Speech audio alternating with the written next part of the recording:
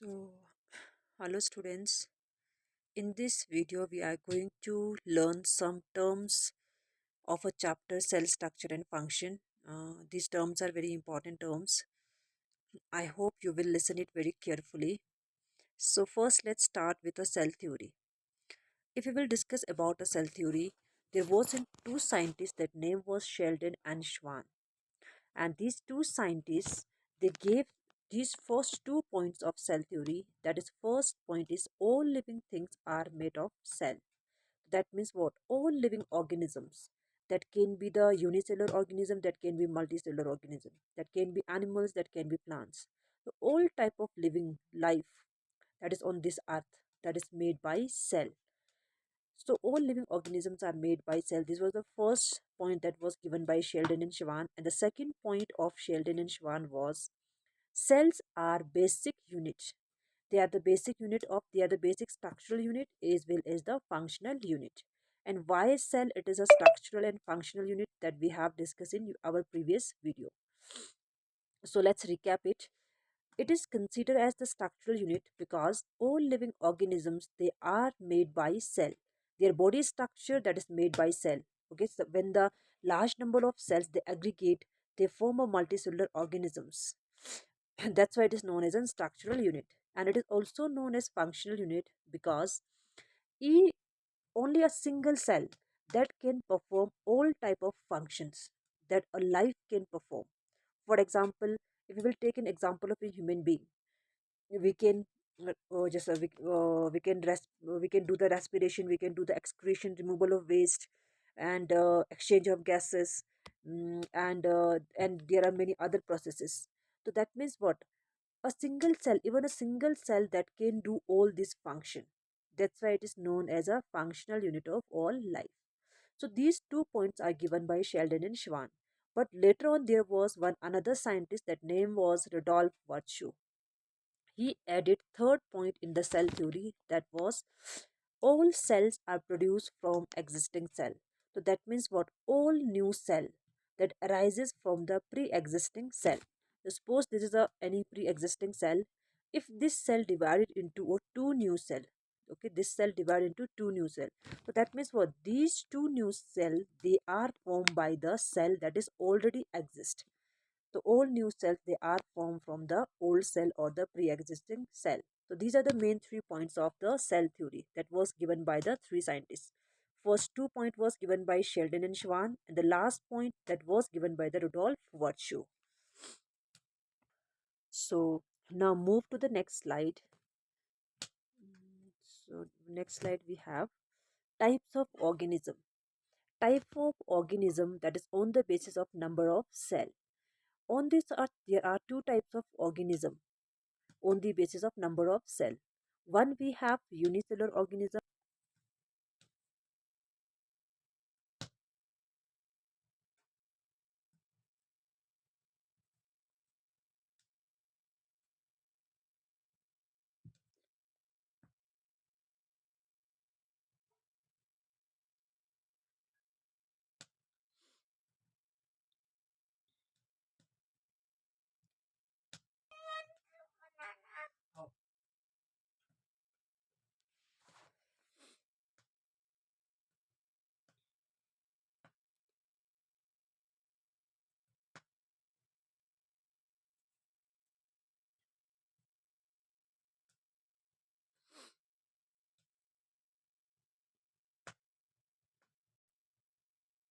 That is a fertilized egg.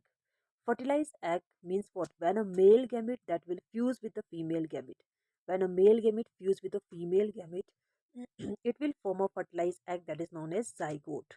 And this zygote is the initial point of all the multicellular organism, or the initial cell of all the life, all the multicellulars life.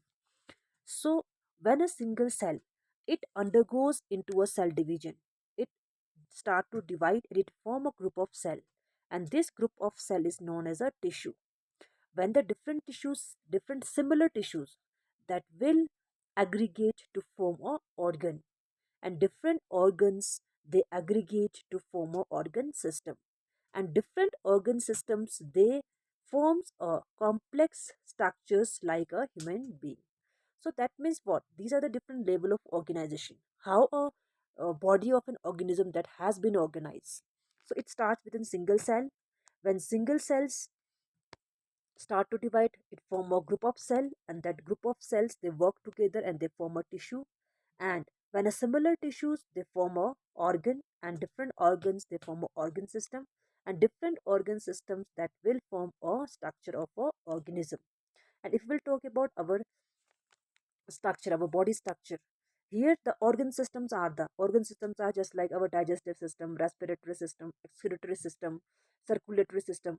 All these systems they aggregate to form a structure of an organism, and in each systems there are different organs are involved. Just here is an example of digestive system. In a digestive system it is formed by different organs.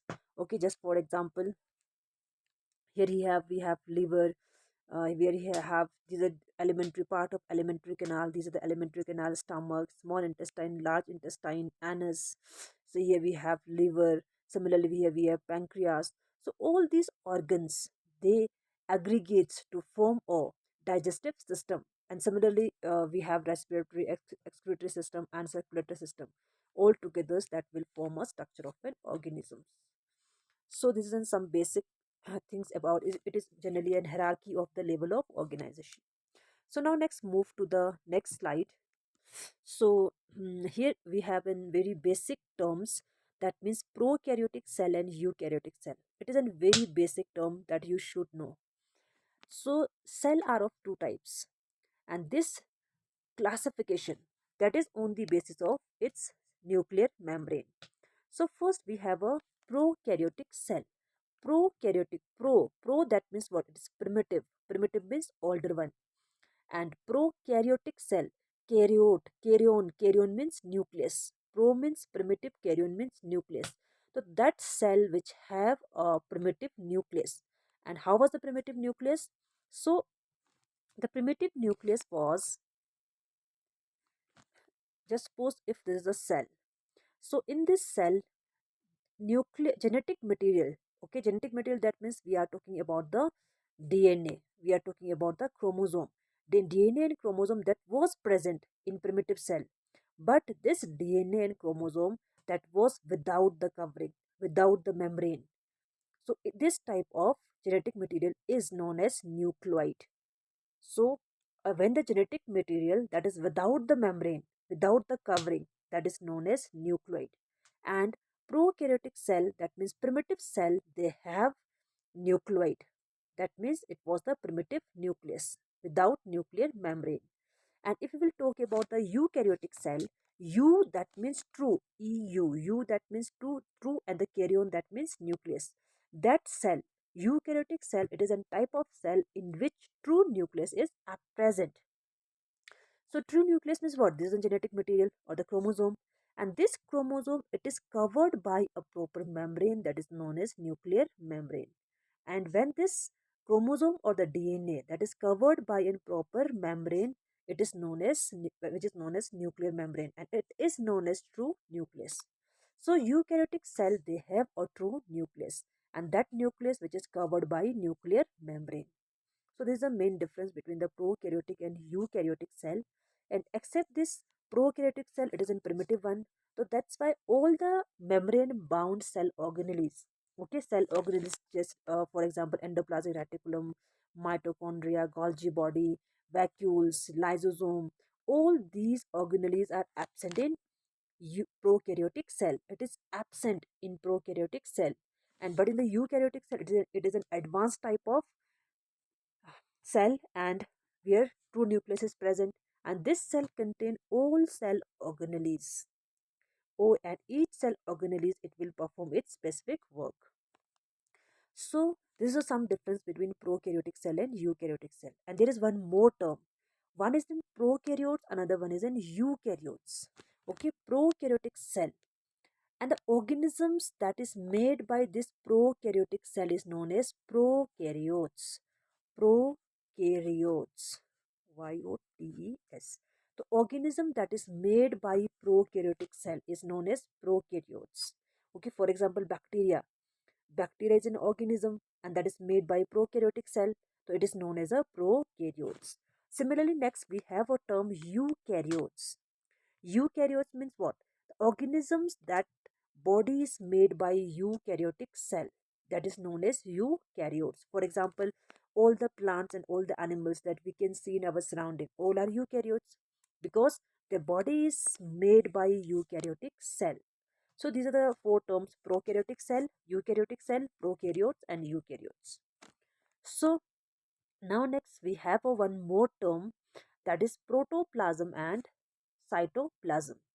So first come to the word protoplasm. Protoplasm. So generally protoplasm again primitive one. Primitive one, pro means what? Primitive one. If you will see the structure of an prokaryotic cell. In the prokaryotic cell, this is a so sorry. In the prokaryotic cell, this is a cell membrane, and inside the cell membrane there are genetic material, and even inside the cell there are some liquid. This liquid, this liquid is known as protoplasm. Pro means what? Primitive. Okay, primitive fluid. That means which is the fluid which is present inside a prokaryotic cell is known as protoplasm.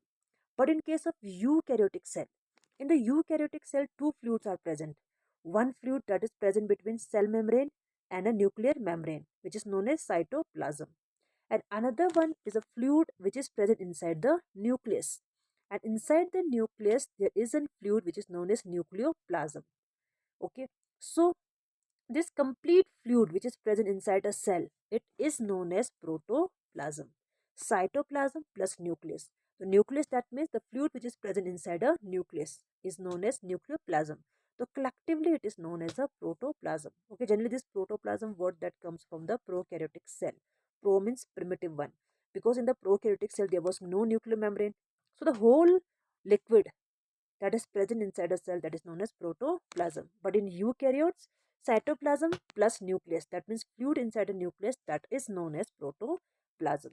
So these are the some important terms that we have discussed in this video, and after this you have to write these two questions on your notebook, so that I will show you. So these two questions that you have to write on your notebook and you will share on same group.